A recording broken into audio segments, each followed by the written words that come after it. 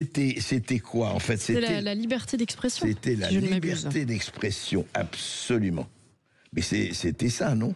Oui, absolument. La perle du jour, c'est la liberté d'expression.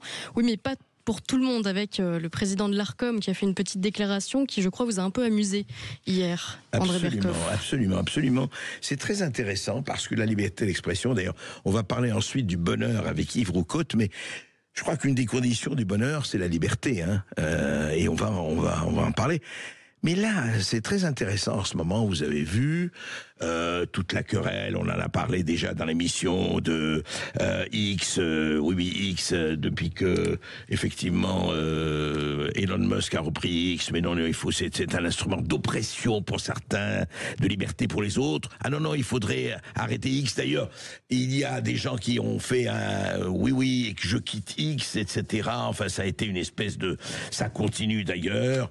Et donc, le président de l'Arcom, le PDG de l'Arcom, donc la haute autorité, effectivement, des médias et de l'audiovisuel, Roch-Olivier Mestre, qui quitte ses fonctions dans un mois, s'est expliqué sur la liberté d'expression. La liberté d'expression, qu'est-ce que ça veut dire? Écoutez. Hier soir, vous adressiez vos vœux pour la dernière fois à l'ensemble de cette profession que vous réguliez. Pile au même moment, il y avait Elon Musk, propriétaire de Twitter, qui est devenu X, qui montait sur scène aux États-Unis d'une manière triomphante et qui, lui, le dit, à partir du moment où il y a régulation, on tue la liberté d'expression. Et vous voyez bien que ce discours, cette petite musique, est largement reprise en France par des personnalités comme l'eurodéputée Reconquête Sarah Knafo, qui le dit, la France est dotée d'une autorité de régulation qui est liberticide. Liberticide, c'est les mots qu'elle emploie. Mais une fois encore, revenons aux fondamentaux. Je citais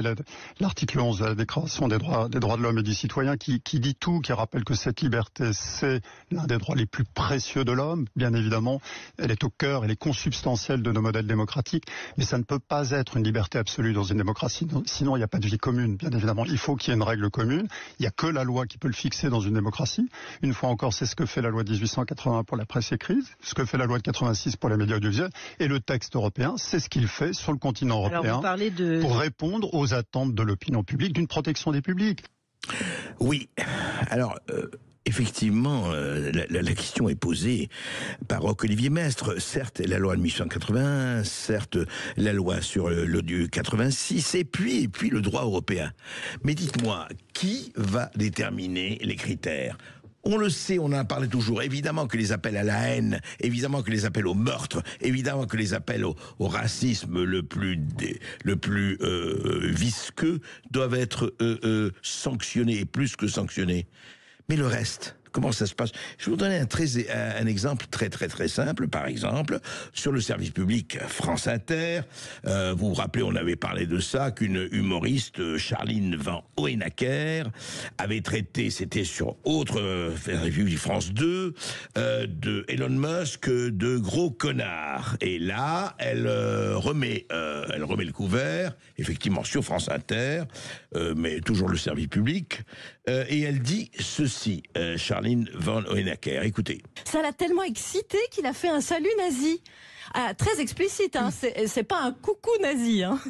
Non, il y a mis une de ses vigueurs. Il a eu, je dirais, une véritable érection du bras droit. Vraiment. Alors, maladresse, disent certains. Ok. C'est peut-être pas un salut nazi, c'est peut-être un salut pour saluer les nazis. Je sais pas. Et alors, dans ce cas, vraiment, je fais amende honorable. Et là, je regrette d'avoir traité Elon Musk de gros connard. J'aurais dû dire gros connard de fasciste. Voilà. Eh bien, écoutez, gros connard de fasciste, très bien. Moi, je suis pour la liberté d'expression, donc très bien. On voit l'humour, on voit vraiment la finesse, on voit l'élégance et on voit la hauteur de la réflexion. L'humour français, franchement, ou belge, se porte bien, merci. Hein. Salut Coluche et salut Pierre Desproges. Mais en même temps, je constate que pour le moment, il n'y a eu aucune réaction et c'est très bien. Mais je constate que l'Arcom avait condamné C8 à 3,5 millions d'euros d'amende parce que Cyril Hanouna avait traité de gros connard ou de connard le député LFI Louis Boyard. Alors la question que je pose à Roch-Olivier Mestre et à tous et aux autorités, c'est quels sont les critères? Et c'est ça le problème, et le problème extrêmement important de la liberté d'expression. C'est-à-dire qu'on a compris où ça s'arrête, où ça sanctionne. Pour le reste, l'appréciation de traiter quelqu'un de croconnard, est-ce que c'est 3,5 millions quand c'est adressé à Louis Boyard, et ce n'est rien du tout quand c'est adressé à Elon Musk? Alors, c'est tout, je pose la question. Cette espèce de considération de la liberté à géométrie variable, avec les règles qu'on veut faire sur les réseaux sociaux, effectivement, n'oubliez jamais, et auditeurs Sud Radio, résistants Sud Radio, que les fake news existent depuis, que l'imprimerie existe, depuis que Gutenberg existe, depuis que la presse existe. Il y a eu autant de fake news dans la presse et dans les médias qu'il y en a sur les réseaux sociaux. Il faut arrêter de dire « Ah, les réseaux sociaux, terribles ». Pourquoi? Parce qu'on a notre vérité, nous autres, camps du pouvoir, quel qu'il soit, de gauche ou de droite confondus. Le reste, c'est du mensonge. Eh bien, il faut faire très, très, très attention à ça. Oui, liberté. Et moi, je suis très heureux, j'aimerais que la Constitution française adopte un amendement de la Constitution américaine, le premier amendement, le droit absolu à la liberté d'expression. La liberté n'est pas divisible, qu'on se le dise, qu'on se le remémore et qu'on le soutienne.